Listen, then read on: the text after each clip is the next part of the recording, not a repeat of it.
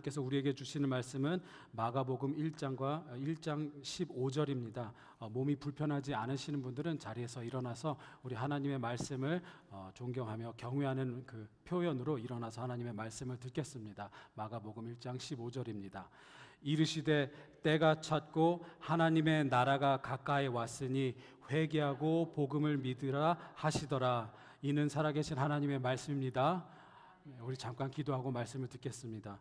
하나님 아버지 감사합니다. 또 저희들에게 이렇게 하나님 말씀을 허락하여 주시고 또 예배를 허락하여 주심에 감사를 드립니다. 하나님 말씀을 듣기 전에 겸손함으로 기도로 하나님께 먼저 나아갑니다. 저희들의 마음을 열어주시고 귀를 열어주시고 또한 겸손함을 허락하시고 지혜를 허락하셔서 오늘 하나님께서 저희들에게 주시는 그 말씀, 들려주시는 그 음성을 삶에 적용할 수 있도록, 결단할 수 있도록 인도하여 주시고 또 삶에 적용할 때 저희들에게 필요한 지혜도 허락하여 주시옵소서. 예수님의 이름으로 간절히 기도합니다. 아멘. 네, 그럼 다 자리에 앉아주시기 바랍니다. 2주 전이 부활절이었죠. 부활 주일에 제가 부활 사건에 대해서 말씀을 나눴는데요. 그 후 2주가 지났는데 오늘은 예수님께서 부활하시고 40일 동안 어떤 가르침을 제자들에게 가르치셨는지 그 말씀을 나누려고 합니다. 가훈이 명문가를 만든다는 책이 있습니다. 가훈이 명문가를 만든다는 책이 있는데요. 이 책은 명문가들이 어떤 가훈을 삼았고 후대에게 어떤 가치관을 물려주고 싶어 했는지 엿볼 수 있는 책입니다. 우리가 잘 아는 록펠러 있죠. 락펠러 있죠. 존 D 락펠러. 록펠러 가문의 가훈은 주는 사람이 더 행복하다입니다.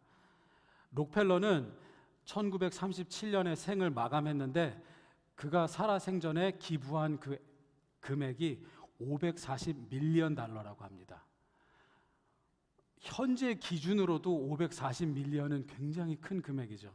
근데 100년 전에 540밀리언 달러를 기부했다고 하는데 제가 이 가치가 어느 정도 되는지 궁금해서 인터넷으로 환산해 봤는데 2025년의 가치로 환산해 보니 12빌리언 달러입니다. 그러니까 굉장히 많은 돈을 기부한 것이죠. 그 락펠러를 비판하는 사람들도 많지만 그가 정말 막대한 금액을 기부했다는 것은 그 어느 누구도 부정할 수 없죠. 12빌리언 달러를 기부했다고 하니까요. 그리고 우리가 잘 아는 그 노벨 평화상 있죠. 그 노벨 가문의 가훈은 남자이든 여자이든 평화를 실현하라입니다. 남자이든 여자이든 평화를 실현하라.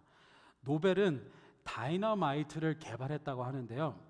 그가 처음에 다이너마이트를 개발한 이유는 그 빌딩 건축하는 데 위에 필요하기 때문에 그리고 그 채굴 작업에 도움이 되기 위해서 다이너마이트를 개발했는데 그 다이너마이트가 어느 그 목적에 사용됐죠? 사람을 죽이는 전쟁에 사용됐죠. 그가 자기가 개발한 다이너마이트가 사람을 죽이는 데 사용되는 것을 보고 깊은 후회와 죄책감을 느끼고 노벨 평화상 그의 재산으로 노벨 평화상 수상자에게 수여되는 상금을 마련하기 위해 기금을 마련했다고 합니다. 그 펀드를 마련하기 위해 자기 재산을 사용했다고 합니다. 또 구겐하임 아시죠? 구겐하임의 가문은 예술을 사랑하라입니다. 예술을 사랑하라. 구겐하임은 탄광업으로 큰 부를 이루었는데요. 그 돈으로 미술 작품을 많이 수집했다고 합니다. 그가 소유했던 작품들을 기반으로 세워진 미술관이 바로 구겐하임 미술관이죠. 맨하탄 업타운에 있는 그의 그가 수집한 미술 작품만으로 오픈한 미술관이 구겐하임이에요. 얼마나 많이 수집했는지 알 수 있죠. 얼마나 많은 돈을 투자했는지요. 그러니 그의 가훈이 예술을 사랑하라입니다. 이처럼 구겐하임, 락펠러, 그다음에 노벨 이들이 남긴 유산과 가훈을 살펴보면 그들이 후대에게 어떤 가르침을 물려주고 싶어 했는지 어떤 가치관을 물려주고 싶어 했는지 우리가 엿볼 수 있습니다. 그렇다면 예수님은 제자들에게 어떤 가르침을 물려주고 싶어 했을까요? 어떤 말씀 들렸는데 어떤 말씀일까요? 예수님은 제자들에게 어떤 가르침을 물려주고 싶으셔 했을까요? 록펠러도 그렇고 구겐하임도 그렇고 노벨 가문도 그렇고 그들의 유산을 보면, 그들의 업적을 보면, 그들의 행적을 보면, 그들의 가훈을 보면 그들이 무엇을 물려주고 싶어 했는지 알 수 있듯이 예수님의 가르침, 예수님의 행적, 예수님의 설교를 우리가 살펴보잖아요. 그럼 예수님이 무엇을 제자들에게 물려주고 싶어 하셨는지 알 수 있습니다. 예수님께서 가장 중요하게 가르치신 것은 바로 하나님의 나라입니다. 하나님의 나라입니다. 마가복음 1장 15절 말씀을 우리 한번 다시 읽어보겠는데요. 1장 15절에 이르시되 때가 찼고 하나님의 나라가 가까이 왔으니 회개하고 복음을 믿으라 하시더라. 예수님의 공생애가 시작하시기 전에 세례 요한이 이 말씀을 선포했죠. 하나님의 나라가 임했다고 선포했습니다. 예수님께서 하신 설교 중에 가장 유명한 설교가 무엇인 줄 아세요? 산상수훈 설교죠. 근데 산상수훈의 설교 메시지가 뭐죠? 하나님 나라의 시민으로서 어떻게 살아야 하는지입니다. 예를 들어서 우리가 미국에 이민 와가지고 살다 보면 자연스럽게 미국 문화를 배우게 됩니다. 그리고 그 미국 문화를 보고 배우고 우리가 적용합니다, 삶에. 제가 미국에 처음 왔을 때가 1993년도인데 제가 국민학교 6학년이었는데 제가 미국 사람들을 이렇게 딱 보면서 가장 놀랬던 거는 바로 미국 사람들이 재채기할 때입니다. 미국 사람들은 재채기할 때 입을 열질 않아요. 소리를 안 내요. 한국 사람들과 다르죠. 한국 사람들은 기침할 때, 재채기할 때 소리 크게 내고 입을 열고 침을 튀기면서 해요. 근데 미국인들은 이렇게 이러고 재채기를 해요. 그리고 재채기를 하죠. 그러면 God bless you라고 축복의 인사를 건넵니다. 그러면서 우리는 미국인들은 이렇게 하는구나 하면서 배우죠. 마찬가지로 예수님께서 공생애를 시작하셨을 때 처음 이제 설교를 하시는데 가장 유명한 설교가 산상수훈 설교인데 그 설교가 바로 천국의 시민은, 하나님 나라의 시민은 어떻게 살아가는지에 대함입니다. 하나님 나라의 복은 우리가 사는 이 세상의 복과 다르다는 게 뭐죠? 팔복 설교죠. 우리가 생각하는 복이 뭐죠? 돈 많고 건강하고 인생 잘 풀리고 명예, 권력이죠. 그리고 외모도 좋으면 좋죠. 근데 하나님 나라의 복이 뭐죠? 가난한 자는 복이 있나니 애통하는 자, 온유한 자. 하나님 나라의 복은 이렇다 가르쳐 주신 거예요. 그리고 우리가 살아가는 이 세상에는 내가 잘 먹고 잘 살면 됩니다. 나 중심적인 생각을 갖고 삽니다. 나의 안위만 생각하며 삽니다. 그런데 하나님 나라의 시민은 어떻게 살아야 하죠? 빛과 소금이 되라고 하십니다. 그리고 이 세상에는 눈에는 눈, 이에는 이, 보복 심리가 있죠. 근데 하늘나라의 가르침은 어떻죠? 용서해 주는 것이죠. 사랑과 용서죠. 그리고 마태복음 13장에 보면 하나님 나라는 이러하다고 비유로 설명해 주시죠. 겨자씨와 같다, 보화 같다, 진주 같다, 이렇게 설명해 주셨어요. 그리고 예수님께서 우리에게 가르쳐 주신 기도가 뭐죠? 주기도문이에요. 주기도문이 어떻게 시작하죠? 하늘에 계신 우리 아버지여, 이름이 거룩히 여김을 받으시오며 나라가 임하시오며. 이게 우리의 기도가 돼야 되는 거예요. 그리고 예수님께서 십자가에서 죽으신 이유가 뭐죠? 십자가에서 죽으셔야만 우리가 죄사함을 받을 수 있고 믿음과 은혜로 우리가 하나님 나라에 들어갈 수 있기 때문이죠. 그리고 예수님께서 죽으셨죠, 십자가에서. 그리고 부활하셨어요. 그리고 예수님께서 40일 동안 제자들과 함께 있으셨어요. 그러면 예수님에게는 40일이라는 시간밖에 없으세요. 그러면 40일 동안 가장 중요한 거, 가장 시급한 거를 가르쳐주고 싶으실 거 아니에요. 40일밖에 없어요. 다시 하늘로 올라가셔야 되기 때문에. 근데 예수님께서 그 40일 동안 무엇을 가르쳐 주셨는지 아십니까? 우리 사도행전을 보겠습니다. 사도행전 1장 3절. 슬라이드가 준비되어 있나요? 안 되어 있어요. 예. 사도행전 1장 3절을 보면요, 제가 읽어드리겠습니다. 그가 고난 받으신 후에 또한 그들에게 확실한 많은 증거로 친히 살아계심을 나타내사, 예수님께서 살아나시고 봐, 나 부활했지, 나 영혼만 있는 게 아니라 몸도 부활했어 하고 증명하셨어요. 그리고 예수님께서 40일 동안 그들에게 보이시며 하나님 나라의 일을 말씀하심이니라. 예수님께서 40일 동안 계실 때 하나님 나라를 가르치셨다고 합니다. 감사합니다. 가장 중요한 게 이거예요. 하나님 나라의 일을 말씀하시니라. 그런데 문제가 있습니다. 이처럼 중요한 가르침임에도 불구하고 많은 기독교인들에게 하나님 나라라는 개념은 생소하거나 애매모호할 수 있습니다. 교회를 다니지 않는 분에게 천국은 어떤 곳입니까? 물어보면 다 설명할 수 있어요. 교회를 다니나 안 다니나 천국은 어떤 곳입니까? 가고 싶으세요? 그럼 무조건 다 가고 싶다 그래요.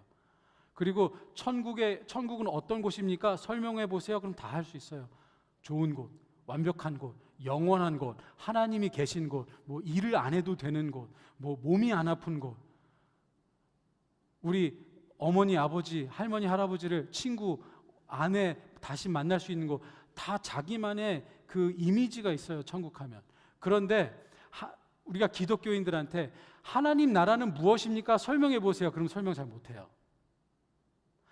알 것 같으면서도 설명하라고 하면 좀 애매모호해요.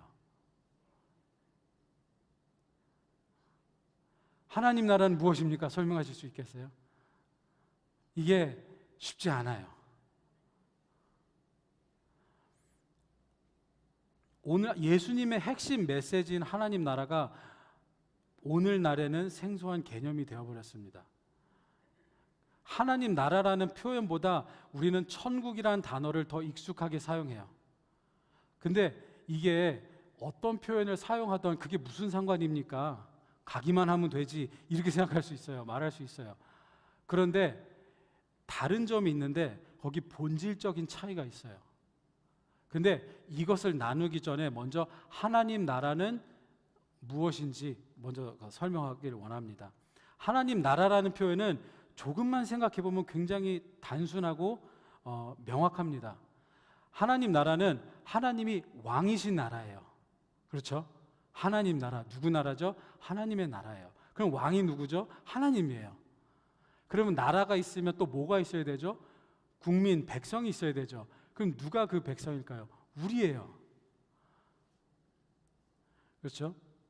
그리고 나라에는 뭐가 있죠? 주권이 있고 법이 있잖아요. 우리는 어떤 법으로 통치를 받죠? 하나님의 말씀입니다. 예. 영의 양식을 받죠. 하나님의 말씀으로 통치를 받죠. 성경. 그리고 성령님이 우리 안에 내주하시면서 우리에게 음성을 들려주시죠. 성경 말씀을 기억나게 하시고 죄책감을 통해서도 말씀하시고요. 그러면 하나님의 나라는 어디에 있습니까? 누가복음 17장 21절이 네, 감사합니다. 또 여기 있다 저기 있다고도 못하리니 하나님의 나라는 너희 안에 있느니라. 그럼 하나님의 나라가 어디 있죠? 우리 안에 있습니다. 그러면 하나님 예수님을 구주로 영접한 분은 영접한 우리들이 여기에 모여 있죠. 그럼 하나님의 나라는 우리 안에 있기도 하고 이 자리에 있기도 합니다. 그래서 우리가 좋아하는 찬양 있죠. 주 예수와 동행하니 그 어디나 하늘나라라고 하죠. 그리고 성경에서요, 하나님 나라는 이 땅에 임했다고 합니다. 근데 이렇게 얘기하면요, 대부분 에이 그게 뭐야 이렇게 힘 빠질 수도 있어요. 왜냐하면 우리가 살아가는 세상엔 가난이 있죠, 병이 있죠, 그리고 전쟁이 있죠, 차별이 있죠, 자연재해가 있죠. 그 부조리한 세상 속에서 도대체 하나님 나라가 어디 있어? 이렇게 생각할 수 있어요. 그런데 로마서 14장 17절을 보면요, 하나님의 나라는 이런 곳이라고 설명해 줍니다. 하나님의 나라는 먹는 것과 마시는 것이 아니요 오직 성령 안에 있는 의와 평강과 희락이니라, 이렇게 말씀합니다. 그러면 우리가 하나님 나라 안에 지금 거하고 있다, 어떻게 알 수 있죠? 성령 안에서 의와 평강과 희락을 누리고 있느냐, 이겁니다.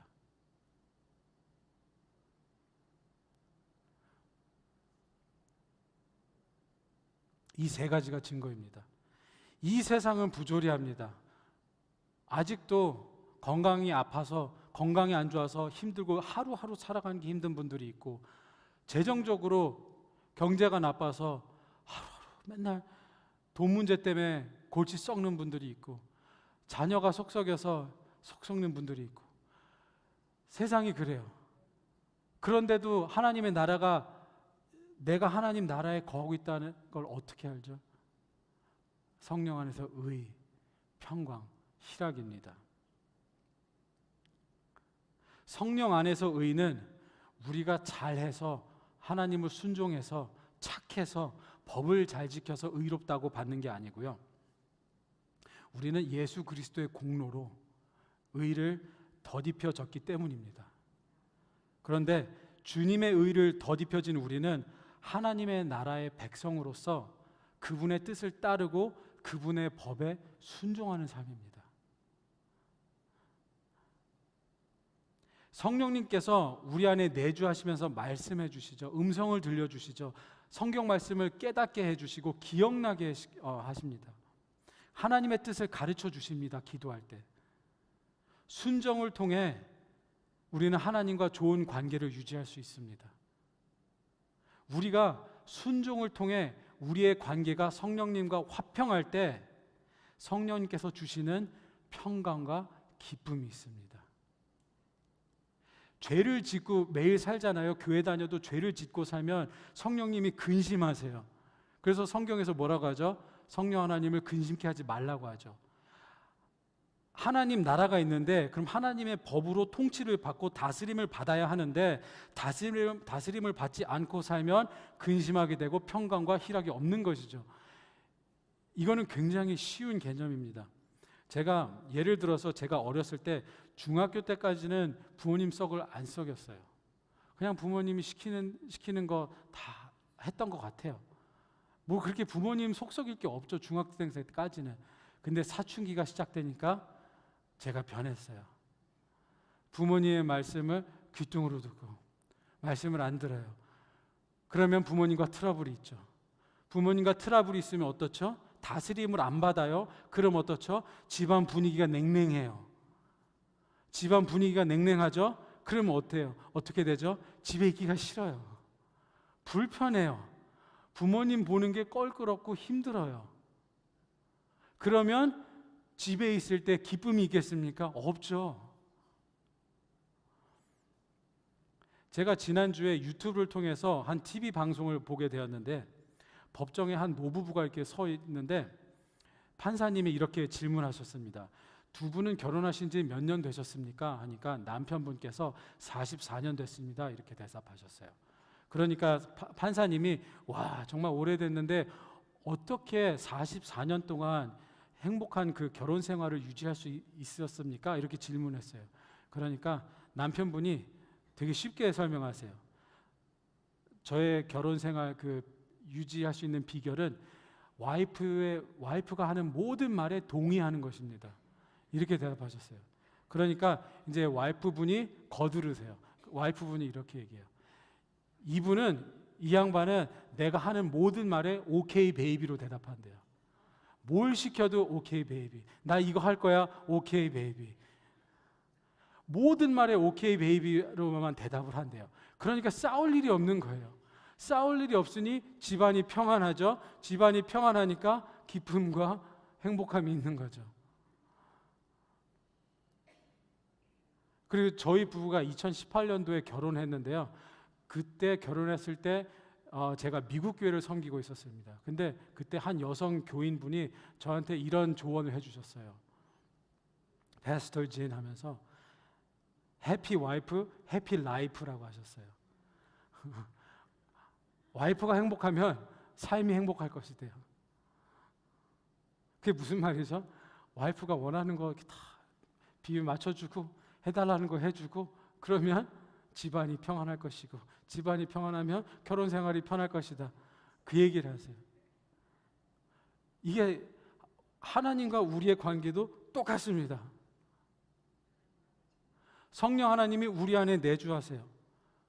성경 말씀으로, 음성으로, 뜻으로 우리에게 말씀하세요. 순종하잖아요. 통치를 받잖아요. 다스림을 받잖아요. 그러면 평강과 희락을 누립니다. 평강과 희락을 느끼면 삶이 힘들고 어려워도 하나님께서 나와 함께 하시는구나, 내가 하나님 나라에 거하고 있구나 알 수 있습니다. 이렇게 하나님 나라와 천국의 개념은 이 말은 비슷한 것 같지만 본질적인 차이가 있어요. 이게 뭐냐면 하나님 나라는 완전히 임하지 않았지만 이미 임했고 확장되어야 된다고 해요. 진행형이에요. 그래서 하나님 나라가 이 땅에 임하시고라고 기도하라고 하시잖아요. 그런데 천국이라는 그 단어는요, 이런 뉘앙스가 있어요. 뭐죠? 우리가 그냥 죽어서 가는 곳. 이런 뉘앙스가 있어요. 하나님 나라는 진행형인 뉘앙스가 있는데 천국은 그냥 죽어서 가는 곳. 근데 이게 본질적인 차이가 있어요. 이게 뭐죠? 여기 살아있는 동안은 어떻게 살아도 상관없어. 나 그냥 예수만 믿으면 돼. 믿으면 천국 간다고 했지. 그러니까 월요일부터 토요일의 삶은 세상 사람들과 별로 다르지 않아요. 그래서 이거를 사우나 신앙이라고 합니다. 들어보셨는지 모르겠어요. 요즘 한국의 문화가 세계적으로 인기를 얻고 있잖아요. 음식도 그렇고 드라마도 그렇고 음악도 그렇고. 근데 이제 사우나도 외국인들이 좋아한다고 합니다. 제가 여기 뉴잉글랜드 지역은 모르겠는데 뉴저지나 뉴욕에 가면 사우나가 있습니다. 근데 뉴저지에 이런 말이 있대요. 뉴저지의 가장 맛있는 식당은 킹 사우나에 있다. 사우나의 음식이 맛있나 봐요. 근데 거기에 맛있게 느껴진 이유가 뭐냐면 거기 가서 땀을 쫙 빼고 개운한 그 기분으로 음식을 먹으니 계란 삶은 거 먹어도 맛있잖아요. 이 사우나, 근데 사람들이 사우나를 좋아하는데 안타깝게도 많은 기독교인들이 이 사우나 문화를 신앙의 방식으로도 적용하고 있습니다. 이게 사우나 신앙이라고 합니다. 이게 뭐냐면 월요일부터 토요일까지 세상 사람들과 똑같이 삽니다. 그리고 주일날 교회 와서 회개하고 죄를 싹 씻고 다시 일하러 가는 거예요.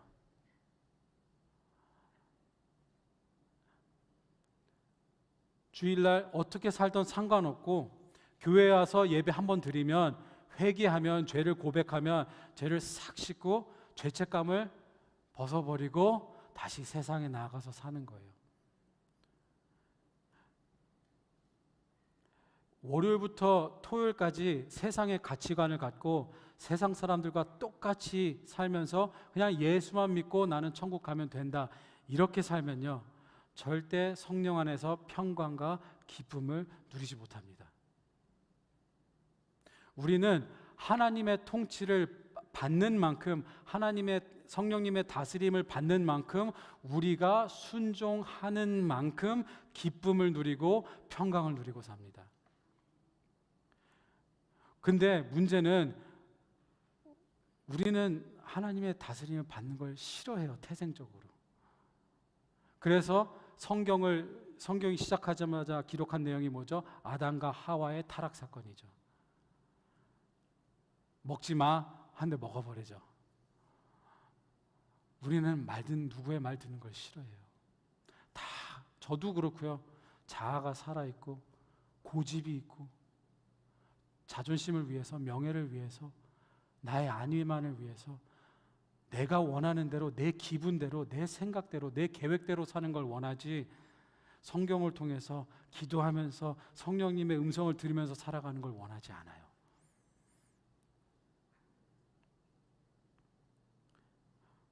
고집이 살아서 우리가 우리 삶의 왕이 되려고 합니다. 하지만 우리는 기억해야 합니다. 우리가 순종하는 만큼 평강과 희락을 누리며 삽니다. 제가 예전에 어느 교회에 있을 때 어느 장로님께서 이런 말씀을 하신 적이 있어요. 교회에 오면 싸우지 않았으면 좋겠습니다.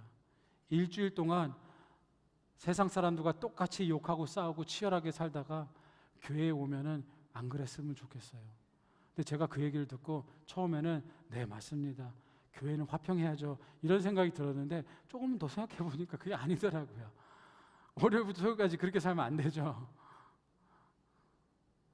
그리고 제가 중고등부를 맡은 적이 있는데 학생들이 운동할 거나 게임을 할 때 자주 욕을 해요.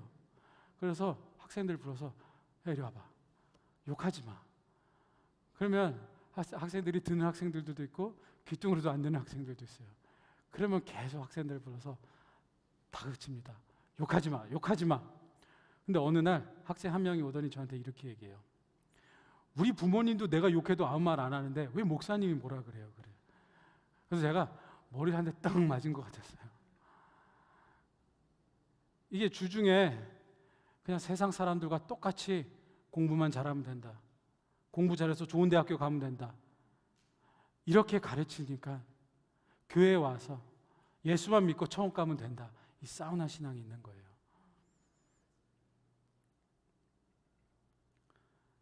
그런데 성경은 뭐라고 하죠? 예수님의 가르침은 뭐죠? 천국은 하나님의 나라는 이미 임했고 우리는 그 나라에 거하며 하나님의 통치를 받으며 거하고 하나님의 통치를 받고 우리는 그 나라를 확장해야 합니다. 우리를 통해서 더 많은 사람들이 하나님의 나라를 확장해야 되는 거예요. 그냥 예수만 믿고 천국 간다. 이거는 이 사우나 신앙은 잘못된 거죠. 이 1974년도면 벌써 51년이 지난 얘기입니다.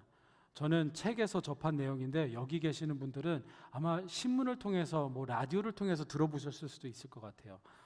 1974년도에 필리핀의 어느 섬에서 일본으로 돌아온 그 군인이 있었습니다. 오도나 히로라는 군인이었습니다. 세계 2차 대전 대전을 치르던 시절에 육군 장교로 복무했고 필리핀 일대의 전투에 참전했습니다. 그런데 우리가 알다시피 1945년도에 이 전쟁이 끝났죠. 일본이 패전하고 항복했죠. 그런데 오도나 히로시는 전쟁이 끝났다는 얘기를 들었는데도 믿지 않고 필리핀에서 혼자 남아서 계속 전쟁을 했다고 합니다. 필리핀 군들이, 미군들이, 지인들이 삐라를 통해서 일본의 패전을 알렸고 많은 패잔병들이 투항했지만 그는 처음 삐라를 받았을 때 이거는 미국 놈들, 필리핀 놈들의 그 악랄한 속임수다라고 생각했고 혼자서 싸웠는데 29년간 혼자 정글에서 싸우면서 필리핀 경찰대를 30여 명이나 사살하며 끝까지 저항했다고 합니다. 참 열심히 했어요. 근데 어리석었어요. 혼자 남아서 했대요. 근데 이분의 직속 상관 중 한 명이 투항 명령서를 이렇게 보냈고 그 명령서를 받고 우리가 정말 졌구나, 돌아가야겠구나 깨닫고 1974년도에 일본으로 귀국했다고 합니다. 1945년도에 그의 나이는 23살이었습니다. 23살에 일본으로 돌아올 수 있었는데 세상이 어떻게 돌아가는지 모르고 1974년도까지 52살이 됐을 때까지 정글에서 혼자 싸우고 있었대요. 저는 이 얘기를 책으로 접했을 때 우리 기독교인과 비슷하다는 저자의 그 말에 동의했어요. 많은 기독교인들이 오노다 히로시 같이 신앙생활을 해요. 그냥 천국은 죽어서 가는 곳. 그래서 아직도 이곳에서 세상 사람들 같이 아둥바둥 사는 거죠. 그런데 2000년 전에 예수님의 오심으로 하나님의 나라가 이 땅에 임했고 이미 시작됐다고 합니다. 우리는 때를, 이 세상이 어떻게 돌아가는지, 우리는 영적인 세상이 어떻게 지금 돌아가는지 우리는 깨어 있어서 알아야 합니다. 오늘 본문을 다시 읽어보겠습니다. 마가복음 1장 15절인데요. 감사합니다. 이르시되 때가 찼고 하나님의 나라가 가까이 왔으니 회개하고 복음을 믿으라 하시더라. 예수님의 오심으로 하나님의 나라가 이미 임했다고 합니다. 그러면 우리는 어떻게 해야 되죠? 회개해야 합니다. 무엇을 회개해야 할까요?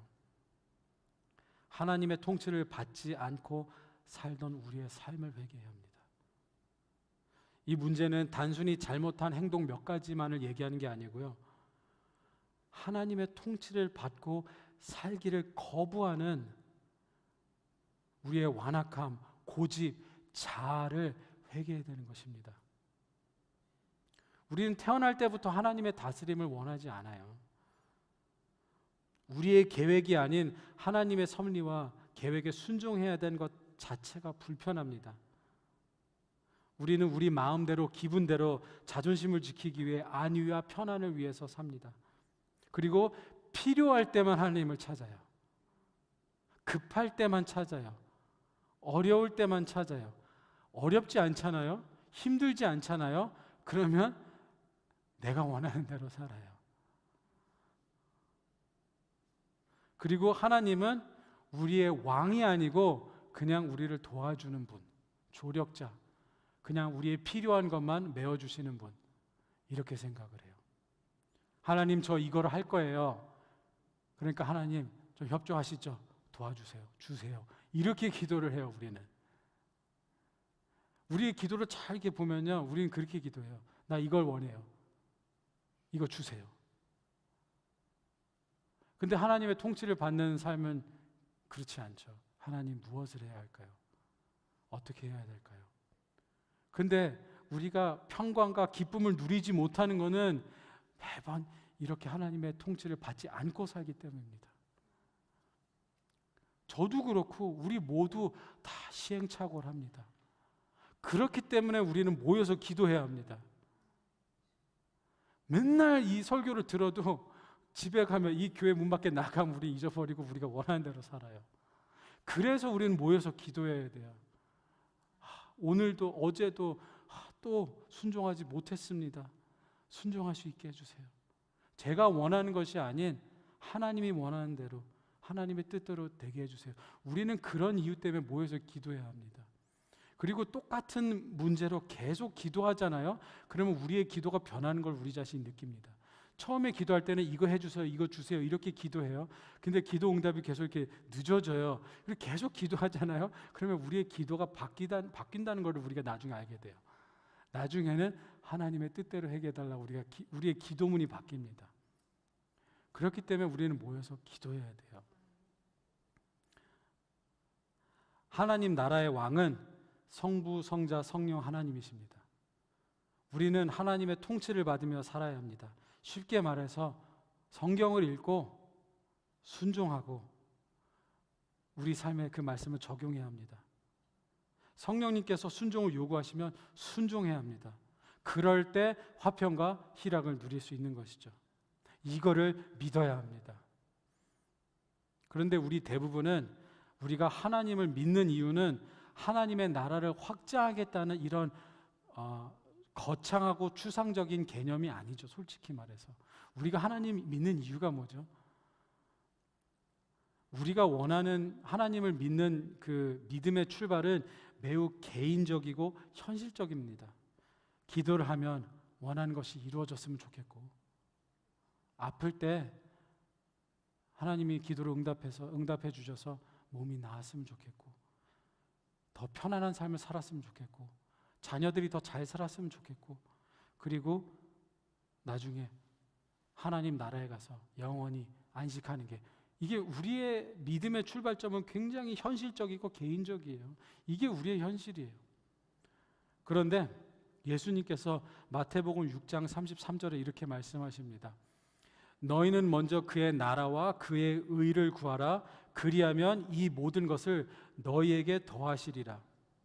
우리 개개인의 삶에서 하나님의 통치를 받고 다스림을 받고, 주중에는 우리가 가는 곳, 일터에서, 아니면 뭐 가정에서, 어른들 데이케어에서, 운동하는 곳에서, 이런 데 가서 사람들을 만날 때 하나님의 나라가 확장될 수 있도록 내가 하나님의 통치를 받는 이 삶을 보여주는 것, 내가 성령 안에서 평강과 기쁨을 누리는 그 모습을 보여주는 것, 본이 되는 것, 이렇게 살려고 노력하잖아요. 살잖아요. 그러면 우리가 필요한 것들, 부족한 것들이 다 채워진다고 예수님께서 말씀하셨습니다. 하나님의 나라는 이미 2000년 전에 임했습니다. 우리 새소망교회 모든 성도님들도 하나님의 통치를 받으시면서 성령 안에서 평강과 희락을 누리며 삶에 필요한 모든 것들이 채워지기를 예수님의 이름으로 축원합니다. 그리고 같이 기도하겠습니다. 하나님 아버지의 왕이신 하나님의 다스림을 받으며 통치를 받으며 항상 순종하는 삶을 살 수 있도록 인도하여 주시옵소서. 하나님 나라의 시민으로서 살아가며 저희들의 삶을 통해서 하나님께 영광이 되고, 저희들을 통해서 복음이 전해지고, 저희들이 복음의 통로, 저희들이 은혜의 통로가 될 수 있도록 저희들을 사용하여 주시옵소서. 그런 삶을 살면서 더욱더 주님 안에서 기쁨으로 하나님께서 주시는 평강을 누리며 하루하루 살아가는 우리 새소망교회 성도님이 될 수 있도록 인도하여 주시옵소서. 예수님의 이름으로 기도합니다. 아멘.